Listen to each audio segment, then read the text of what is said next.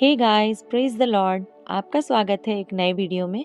आज मैं आपके लिए लेकर आई हूँ एक 1 ईयर बाइबल रीडिंग कैलेंडर। अगर आप अपनी बाइबल को रोज़ नहीं पढ़ पाते हैं और आप कभी भी अपनी बाइबल कंप्लीट नहीं कर पाए हैं तो ये वीडियो आपके लिए है। इसमें ओल्ड टेस्टमेंट और न्यू टेस्टमेंट के सभी चैप्टर्स को इस तरह से लिया गया है कि आप 1 ईयर में अपनी पूरी बाइबल कंप्लीट कर पाएंगे। ये ऑडियो फॉर्मेट है, इसके साथ आप अपनी बाइबल को ओपन करके रीड कर सकते हैं। डे 1 से लेकर डे 365 तक के सभी चैप्टर्स मैं आपके लिए लेकर आई हूँ। डे 365 पर आप अपनी पूरी बाइबल कंप्लीट कर पाएंगे, इसलिए आप इसके द्वारा आशीषित हों। और अगर आपको ये वीडियो पसंद आती है तो आप अपने फैमिली और फ्रेंड्स से शेयर करें, और अगर आप चाहें तो आप सब्सक्राइब, लाइक और कमेंट भी कर सकते हैं। So praise the lord, shalom to everyone. Let's get started. Day 79 Joshua chapter number 1। यहोशू को परमेश्वर की आज्ञा। यहोवा के दास मूसा की मृत्यु के बाद यहोवा ने उसके सेवक यहोशू से, जो नून का पुत्र था, कहा, मेरा दास मूसा मर गया है, इसलिए अब तू उठ, कमर बांध और इस सारी प्रजा समेत यर्दन पार होकर उस देश को जा जिसे मैं उनको अर्थात इजराइलियों को देता हूँ, उस वचन के अनुसार जो मैंने मूसा से कहा, अर्थात जिस जिस स्थान पर तुम पाँव धरोगे वह सब मैं तुम्हें दे देता हूँ।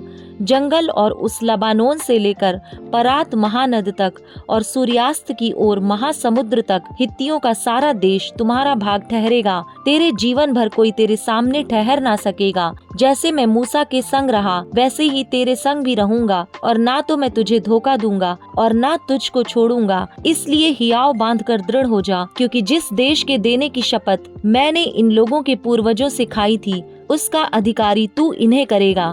इतना हो कि तू हियाव बांध कर और बहुत दृढ़ होकर जो व्यवस्था मेरे दास मूसा ने तुझे दी है उन सब के अनुसार करने में चौकसी करना, और उससे ना तो दाहिने मुड़ना और ना बाएं। तब जहाँ जहाँ तू जाएगा वहाँ वहाँ तेरा काम सफल होगा। व्यवस्था की यह पुस्तक तेरे चित्त से कभी ना उतरने पाए। इसी में दिन रात ध्यान दिए रहना, इसलिए कि जो कुछ उस पुस्तक में लिखा है उसके अनुसार करने की तू चौकसी करे, क्योंकि ऐसा ही करने से तेरे सब काम सफल होंगे और तू प्रभावशाली होगा। क्या मैंने तुझे आज्ञा नहीं दी? हियाव बांध कर दृढ़ हो जा, भय ना खा और तेरा मन कच्चा ना हो, क्योंकि जहाँ जहाँ तू जाएगा वहाँ वहाँ तेरा परमेश्वर यहोवा तेरे संग रहेगा। यहोशू का लोगों को आदेश देना। तब यहोशू ने प्रजा के सरदारों को यह आज्ञा दी, छावनी में इधर उधर जाकर प्रजा के लोगों को यह आज्ञा दो कि अपने अपने लिए भोजन तैयार कर रखो, क्योंकि 3 दिन के भीतर तुमको इस यर्दन के पार उतरकर उस देश को अपने अधिकार में लेने के लिए जाना है जिसे तुम्हारा परमेश्वर यहोवा तुम्हारे अधिकार में देने वाला है। फिर यहोशू ने रूबेनियों, गादियों और मनश्शे के आधे गोत्र के लोगों से कहा, जो बात यहोवा के दास मूसा ने तुमसे कही थी कि तुम्हारा परमेश्वर यहोवा तुम्हें विश्राम देता है और यही देश तुम्हें देगा, उसकी सुधि करो। तुम्हारी स्त्रियां, बाल बच्चे और पशु तो इस देश में रहें जो मूसा ने तुम्हें यर्दन के इसी पार दिया, परंतु तुम जो शूरवीर हो, पाती बांधे हुए अपने भाइयों के आगे आगे पार उतर चलो और उनकी सहायता करो। और जब यहोवा उनको ऐसा विश्राम देगा जैसा वह तुम्हें दे चुका है, और वे भी तुम्हारे परमेश्वर यहोवा के दिए हुए देश के अधिकारी हो जाएंगे, तब तुम अपने अधिकार के देश में जो यहोवा के दास मूसा ने यर्दन के इस पार सूर्योदय की ओर तुम्हें दिया है, लौट कर इसके अधिकारी होगे। तब उन्होंने यहोशू को उत्तर दिया, जो कुछ तूने हमें करने की आज्ञा दी है वह हम करेंगे, और जहाँ कहीं तू हमें भेजे वहाँ हम जाएंगे। जैसे हम सब बातों में मूसा की मानते थे वैसे ही तेरी भी माना करेंगे। इतना हो कि तेरा परमेश्वर यहोवा जैसा मूसा के संग रहता था वैसा ही तेरे संग भी रहे। कोई क्यों ना हो जो तेरे विरुद्ध बलवा करे और जितनी आज्ञाएं तू दे उनको ना माने तो वह मार डाला जाएगा, परंतु तू दृढ़ और हियाव बांधे रह। Joshua chapter number 2। यरीहो का भेद लिया जाना। तब नून के पुत्र यहोशू ने 2 भेदियों को शित्तीम से चुपके से भेज दिया और उनसे कहा, जाकर उस देश और यरीहो को देखो। तुरंत वे चल दिए और रहाब नामक किसी वैश्या के घर में जाकर सो गए।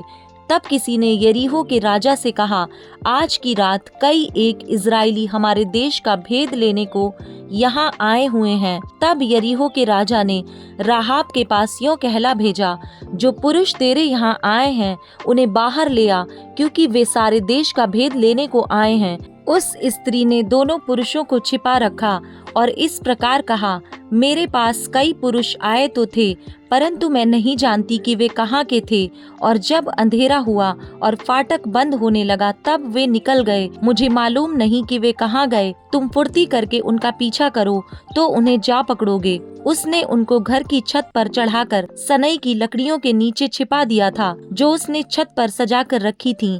वे पुरुष तो यरदन का मार्ग ले उनकी खोज में घाट तक चले गए, और ज्यों ही उनको खोजने वाले फाटक से निकले त्यों ही फाटक बंद किया गया। ये लेटने ना पाए थे कि वह स्त्री छत पर इनके पास जाकर इन पुरुषों से कहने लगी, मुझे तो निश्चय है कि यहोवा ने तुम लोगों को यह देश दिया है, और तुम्हारा भय हम लोगों के मन में समाया है, और इस देश के सब निवासी तुम्हारे कारण घबरा रहे हैं, क्योंकि हमने सुना है कि यहोवा ने तुम्हें मिस्र से निकलने के समय तुम्हारे सामने लाल समुद्र का जल सुखा दिया, और तुम लोगों ने सीहोन और ओग नामक यरदन पार रहने वाले एमोरियों के दोनों राजाओं का सत्यानाश कर डाला है। और यह सुनते ही हमारा मन पिघल गया, और तुम्हारे कारण किसी के जी में जी ना रहा, क्योंकि तुम्हारा परमेश्वर यहोवा ऊपर के आकाश का और नीचे की पृथ्वी का परमेश्वर है। अब मैंने जो तुम पर दया की है, इसलिए मुझसे यहोवा की शपथ खाओ कि तुम भी मेरे पिता के घराने पर दया करोगे, और इसका सच्चा चिन्ह मुझे दो कि तुम मेरे माता पिता, भाइयों और बहनों को और जो कुछ उनका है उन सबों को भी जीवित रख छोड़ो, और हम सबों का प्राण मरने से बचाओगे। तब उन पुरुषों ने उससे कहा, यदि तू हमारी यह बात किसी पर प्रकट ना करे तो तुम्हारे प्राण के बदले हमारा प्राण जाए, और जब यहोवा हमको यह देश देगा तब हम तेरे साथ कृपा और सच्चाई से बर्ताव करेंगे। तब राहाब, जिसका घर शहर पना पर बना था और वह वहीं रहती थी, उसने उनको खिड़की से रस्सी के बल उतार के नगर के बाहर कर दिया, और उसने उनसे कहा, पहाड़ को चले जाओ, ऐसा ना हो कि खोजने वाले तुमको पाएं। इसलिए जब तक तुम्हारे खोजने वाले लौट ना आए तब तक, अर्थात 3 दिन वहीं छिपे रहना, उसके बाद अपना मार्ग लेना। उन्होंने उससे कहा, जो शपथ तूने हमको खिलाई है उसके विषय में हम तो निर्दोष रहेंगे। सुन, जब हम लोग इस देश में आएंगे तब जिस खिड़की से तूने हमको उतारा है उसमें यही लाल रंग के सूत की डोरी बांध देना, और अपने माता पिता, भाइयों वरन अपने पिता के सारे घराने को इसी घर में अपने पास इकट्ठा कर रखना। तब जो कोई तेरे घर के द्वार से बाहर निकले उसके खून का दोष उसी के सिर पर पड़ेगा, और हम निर्दोष ठहरेंगे। परंतु यदि तेरे संग घर में रहते हुए किसी पर किसी का हाथ पड़े तो उसके खून का दोष हमारे सिर पर पड़ेगा। फिर यदि तू हमारी यह बात किसी पर प्रकट करे तो जो शपथ तूने हमको खिलाई है उससे हम स्वतंत्र ठहरेंगे। उसने कहा, तुम्हारे वचनों के अनुसार हो। तब उसने उनको विदा किया और वे चले गए, और उसने लाल रंग की डोरी को खिड़की में बांध दिया। वे जाकर पहाड़ पर पहुंचे और वहां खोजने वालों के लौटने तक, अर्थात 3 दिन तक रहे, और खोजने वाले उनको सारे मार्ग में ढूंढते रहे और कहीं ना पाया। तब वे दोनों पुरुष पहाड़ से उतरे और पार जाकर नून के पुत्र यहोशू के पास पहुंचकर जो कुछ उन पर बीता था उसका वर्णन किया, और उन्होंने यहोशू से कहा, निसंदेह यहोवा ने वह सारा देश हमारे हाथ में कर दिया है, फिर इसके सिवाय उसके सारे निवासी हमारे कारण घबरा रहे हैं। Joshua chapter number 3। इजराइलियों का यरदन पार करना। यहोशू सवेरे उठा और सब इजराइलियों को साथ ले शित्तीम से कूच कर यरदन के किनारे आया, और वे पार उतरने से पहले वहीं टिक गए। और 3 दिन के बाद सरदारों ने छावनी के बीच जाकर प्रजा के लोगों को यह आज्ञा दी, जब तुमको अपने परमेश्वर यहोवा की वाचा का संदूक और उसे उठाए हुए लेवीय याजक भी देख पड़े, तब अपने स्थान से कूच करके उसके पीछे पीछे चलना, परंतु उसके और तुम्हारे बीच में 2000 हाथ के लगभग अंतर रहे। तुम संदूक के निकट ना जाना, ताकि तुम देख सको कि किस मार्ग से तुमको चलना है, क्योंकि अब तक तुम इस मार्ग पर होकर नहीं चले। फिर यहोशू ने प्रजा के लोगों से कहा, तुम अपने आप को पवित्र करो, क्योंकि कल के दिन यहोवा तुम्हारे मध्य में आश्चर्य कर्म करेगा। तब यहोशू ने याजकों से कहा, वाचा का संदूक उठाकर प्रजा के आगे आगे चलो। तब वे वाचा का संदूक उठाकर आगे आगे चले। तब यहोवा ने यहोशू से कहा, आज के दिन से मैं सब इज़राइलियों के सम्मुख तेरी प्रशंसा करना आरंभ करूंगा, जिससे वे जान लें कि जैसे मैं मूसा के संग रहता था वैसे ही मैं तेरे संग भी हूँ। और तू वाचा के संदूक के उठाने वाले याजकों को यह आज्ञा दे, जब तुम यरदन के जल के किनारे पहुंचो तब यरदन में खड़े रहना। तब यहोशू ने इज़राइलियों से कहा, पास आकर अपने परमेश्वर यहोवा के वचन सुनो।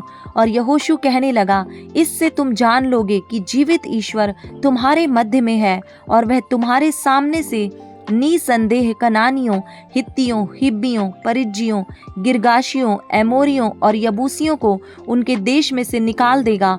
सुनो, पृथ्वी भर के प्रभु की वाचा का संदूक तुम्हारे आगे आगे यरदन में जाने पर है।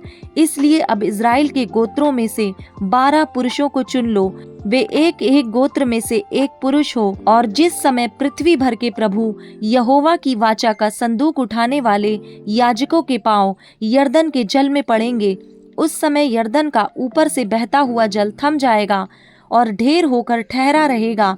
इसलिए जब प्रजा के लोगों ने अपने डेरों से यरदन पार जाने को कूच किया और याजक वाचा का संदूक उठाए हुए प्रजा के आगे आगे चले, और संदूक के उठाने वाले यरदन पर पहुँचे, और संदूक के उठाने वाले याजकों के पांव यरदन तीर के जल में डूब गए। यरदन का जल तो कटनी के समय के सब दिन अपने तट के ऊपर ऊपर बहा करता है। तब जो जल ऊपर की ओर से बहा आता था वह बहुत दूर, अर्थात आदाम नगर के पास जो सारतान के निकट है, रुककर एक ढेर हो गया और दीवार सा उठा रहा। और जो जल अराबा का ताल, जो खारा ताल भी कहलाता है, उसकी ओर बहा जाता था, वह पूरी रीति से सूख गया। और प्रजा के लोग यरीहो के सामने पार उतर गए, और याजक यहोवा की वाचा का संदूक उठाए हुए यरदन के बीचों बीच पहुंचकर स्थल पर स्थिर खड़े रहे, और सब इज़राइली स्थल ही स्थल पार उतरते रहे। अंत में उस सारी जाति के लोग यरदन पार हो गए। Luke chapter 1 verse number 57 to 80। यूहन्ना बपतिस्मा देने वाले का जन्म। तब इलीशिबा के प्रसव का समय पूरा हुआ और उसने पुत्र को जन्म दिया। उसके पड़ोसियों और कुटुंबियों ने यह सुनकर कि प्रभु ने उस पर बड़ी दया की है, उसके साथ आनंद मनाया। और ऐसा हुआ कि 8वें दिन वे बालक का खतना करने आए और उसका नाम उसके पिता के नाम पर जकर्याह रखने लगे। इस पर उसकी माता ने उत्तर दिया, नहीं, वरन उसका नाम यूहन्ना रखा जाए। उन्होंने उससे कहा, तेरे कुटुंब में किसी का यह नाम नहीं। तब उन्होंने उसके पिता से संकेत करके पूछा कि तू उसका नाम क्या रखना चाहता है। उसने लिखने की पट्टी मांग कर लिख दिया, उसका नाम यूहन्ना है। और सबों को आश्चर्य हुआ। तब उसका मुंह और जीभ तुरंत खुल गई और वह बोलने और परमेश्वर का धन्यवाद करने लगा। उसके आसपास के सब रहने वालों पर भय छा गया, और उन सब बातों की चर्चा यहूदिया के सारे पहाड़ी देश में फैल गई।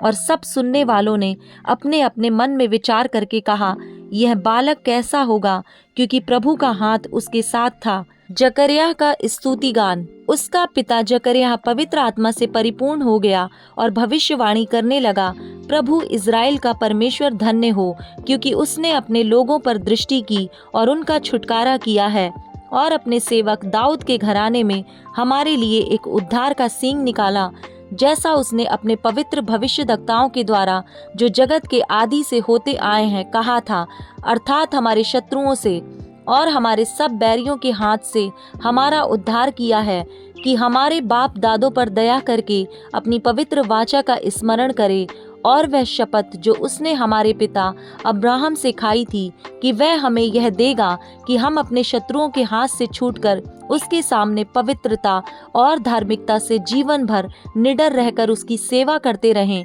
और तू हे बालक परम प्रधान का भविष्यद्वक्ता कहलाएगा, क्योंकि तू प्रभु का मार्ग तैयार करने के लिए उसके आगे आगे चलेगा, कि उसके लोगों को उद्धार का ज्ञान दे, जो उनके पापों की क्षमा से प्राप्त होता है।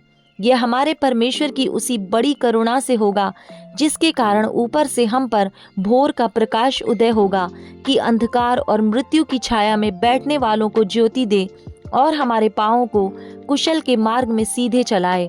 और वह बालक बढ़ता और आत्मा में बलवंत होता गया और इज़राइल पर प्रकट होने के दिन तक जंगलों में रहा।